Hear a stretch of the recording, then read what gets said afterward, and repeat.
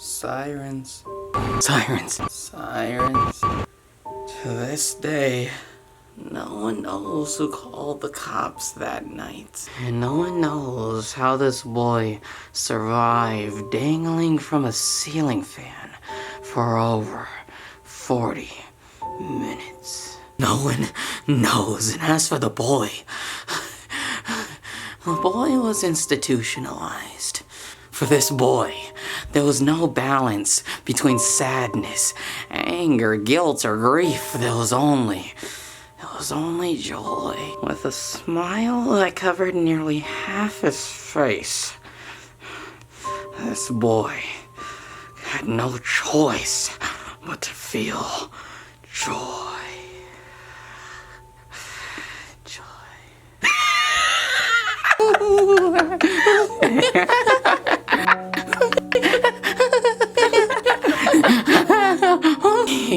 He wasn't insane. He wasn't insane. He was just so happy. Just so happy.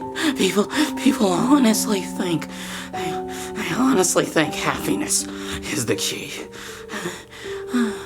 Well, let me tell you something. There is no key. Everybody's main concern is happiness in life. You see, it's not about happiness, it's about the balance. It's all the emotions, all of the pain, guilt, and sick and twisted thoughts that we have that make happiness such a beautiful thing. Pain is a beautiful thing. You don't understand. You want to be happy? You really want to be happy? Well, imagine being this boy, born with a smile covering half his face. He can't even go outside without being mocked. Fingers constantly pointed at his face. He just wants to know why people can't accept him. They exclude him because they're not like him, and he shuns himself because he's different. Life is a funny thing, isn't it? Life is a funny thing. After a year of institutionalization, the boy took his first steps out and into society. And the moment he was exposed to the public eye, the crowd was silenced.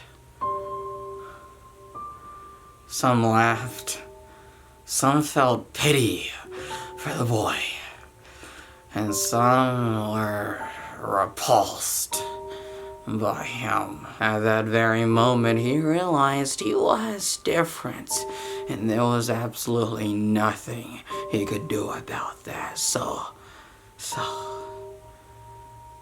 he accepted it. He accepted himself, regardless of if anybody else in the world would accept him as a human being. Understand that when you're looked at as dirt upon everybody you meet, accepting yourself can be one of the hardest things you could do. He accepted himself and walked away. And he walked. And he walked from city to city, to state, until one day, he bumped into this little girl. Her eyes were no smaller than the size of softballs. And he looked into this little girl's eyes. He looked deep into this little girl's eyes. She was crying.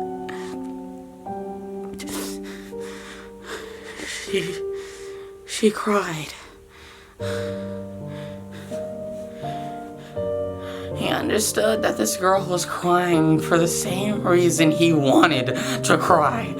All for the sake of being different. She looks up from the ground, teary-eyed, and looks dead into the eyes of this boy who couldn't stop smiling.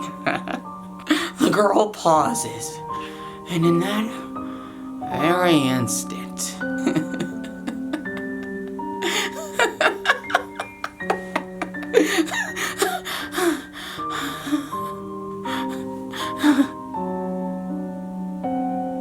he smiles.